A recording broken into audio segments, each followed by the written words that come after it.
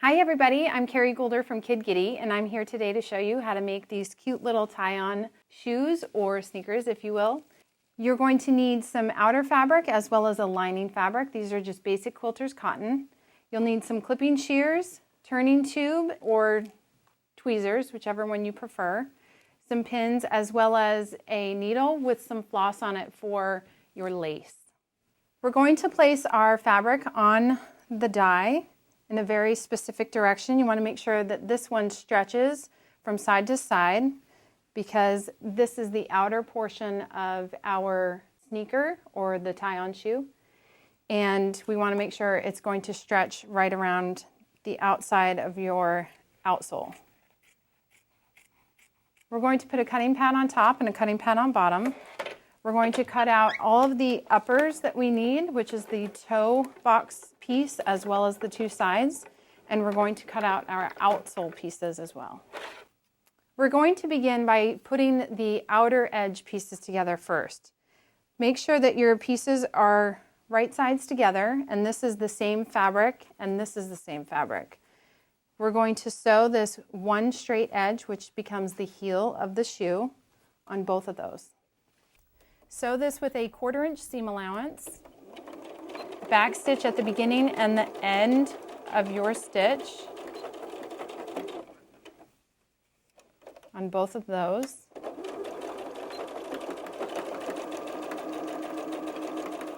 Press open your seams and put these two pieces right sides together.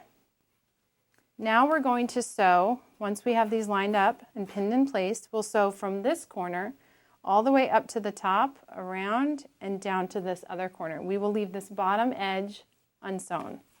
Once again, 1/4 inch seam allowance and a back stitch at the beginning and the end. As you come to a corner or a curve, just slow down your machine. Make sure your needle is down and pivot as you need to.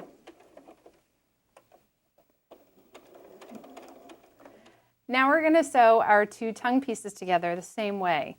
We're just going to sew this top edge, not this big, huge curve right here. This will go right around your toe, and you don't want to sew that piece. So these are right sides together, 1/4 inch seam allowance, and also back stitch at the beginning and the end. Once you have both of these pieces sewn, you can now clip and notch all of your curves and then turn them right side out. To clip, you just want to use your scissors and do a nice little straight cut every about 1/4 inch. When you get to a corner, take some of that bulk right out. Okay, and then when you get to an outer curve, clip little notches right there. So we're going to turn it out. You want to use your stick here, your turning stick, and just use it to poke out that little corner. Use it to flatten out your seams a little bit. Press it nice and flat. And now we can top stitch it. Once we finish this piece, we'll go on to the back heel pieces and top stitch that as well.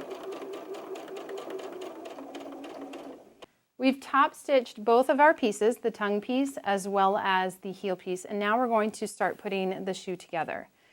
We're going to take our outsole piece, fold it in half.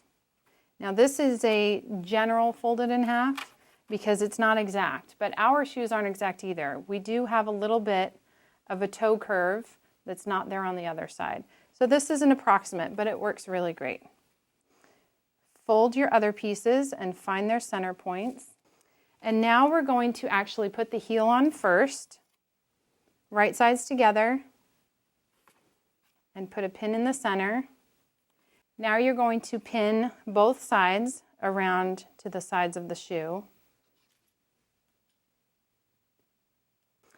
Once we have the side heel piece put together, we're going to put the tongue piece down next. And again, we want to line up our center points. So I've got these little marks in here and I can see that. And we're going to pin that in place as well.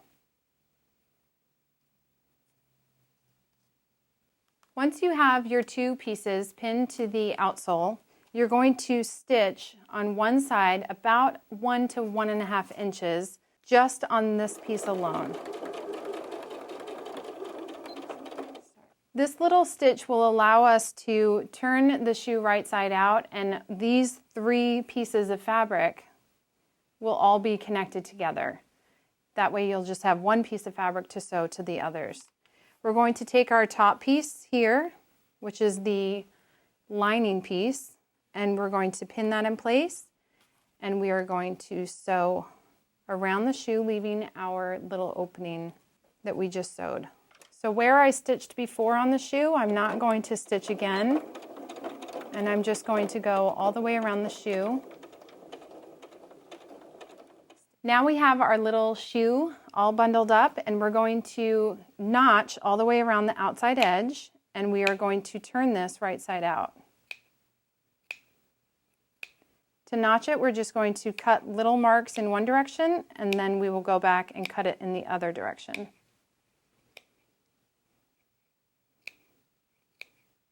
Go all the way around the shoe except for where you have your little opening right here. That little opening, you want to protect it, and you don't want anything to start coming undone because you clipped the seam right there. When you finish notching around your shoe, you're going to put the turning tube inside there. Use your stick to push that little top piece out. If you don't have too much of an opening, the tweezers can really help, but I would highly recommend you use as much of the opening as possible. We now have our little shoe, and there's just 2 more things to do. You'll need to close up this little seam, which is where we just turned it right side out, and you can just do that with a needle and thread.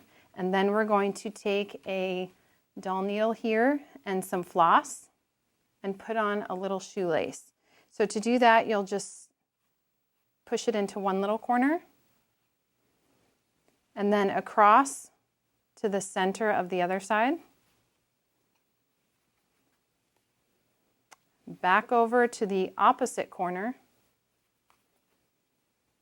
And now we're going to take that thread out and repeat that for this side as well.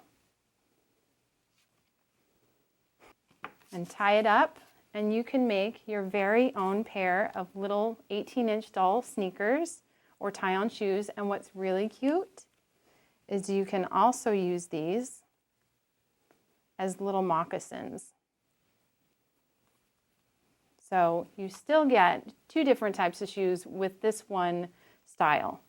I have a lot of fun making these little shoes for my dolls and my daughter's dolls, and I hope that you have fun making these shoes with your kids and for your 18-inch dolls.